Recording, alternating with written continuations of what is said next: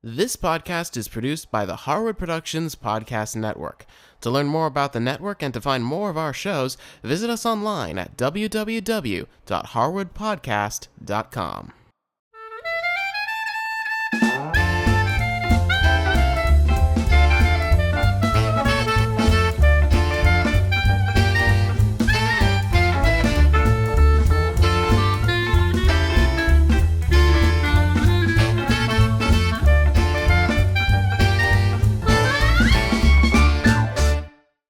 If you're ever looking for a muffin for breakfast that's hearty but not too sweet, kind of a traditional muffin, these oatmeal buttermilk ones are great.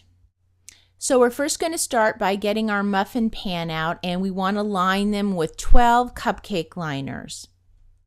Then we're going to start getting our batter ready. Now everything goes in one bowl for this, and I'm going to start by using my giant 2-cup measuring cup, and I'm going to measure out 2 cups of just regular flour. Then we're going to add a tablespoon of baking powder, which is quite a bit of baking powder for a muffin, but because of the oats, we need a little bit more lift for these muffins. Then I'm going to add a half a teaspoon of salt and a 1/4 cup of sugar. Then I'm going to take my whisk and whisk everything together, and that's really important when you're doing something in one bowl. You've got to make sure that leavening and salt is nicely dispersed in the flour. Then I'm going to add some honey to these muffins. It gives it a really great flavor, and I'm going to add 1/3 cup of that and just put that right in the bowl. Then I'm going to crack 1 egg, put that right in as well. And then I've melted 1/3 cup of butter, that's a little bit more than 5 tablespoons, in the microwave, and let it cool. And I'm going to add that, and then 1 cup of buttermilk. Now for the oats, I'm going to add 3/4 cup of a quick cooking oat. And then I'm going to go ahead and add some raisins, and I'm going to add about 3/4 cup of raisins. Now, you could use really any kind of dry fruit that you like. You could chop up some apricots or some dried cherries or dried blueberries, but I'm going to use raisins today. And again, I just put that right in the bowl. Then I'm just going to take my spatula. I'm going to mix all of this together.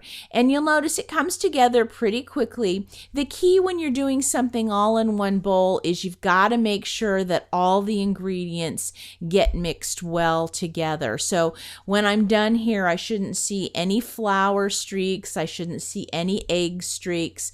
Really, the only thing I should see besides the batter is some of the oats and the raisins. Then it's time to scoop out our batter into the muffin cups. Now, I first go through just with my medium size ice cream scoop and scoop 1 scoop out into each of the cups. Then I go back and top everything off, because it's real important when you're making muffins that you have about the same quantity in each cup. And the best way to do it is to disperse some to everybody and then go back in and top off. But this recipe makes 12 muffins, so you're going to want to use every bit of batter in your bowl. Then these are going to go into a 350-degree oven, and they're going to bake for just 20 minutes. Now, when they come out, they're going to look nice and a light golden brown like this. And we want to let them set in the pan for about 5 minutes. And make sure you test with a toothpick. Make sure that it comes out clean. That way you know that they're cooked all the way through.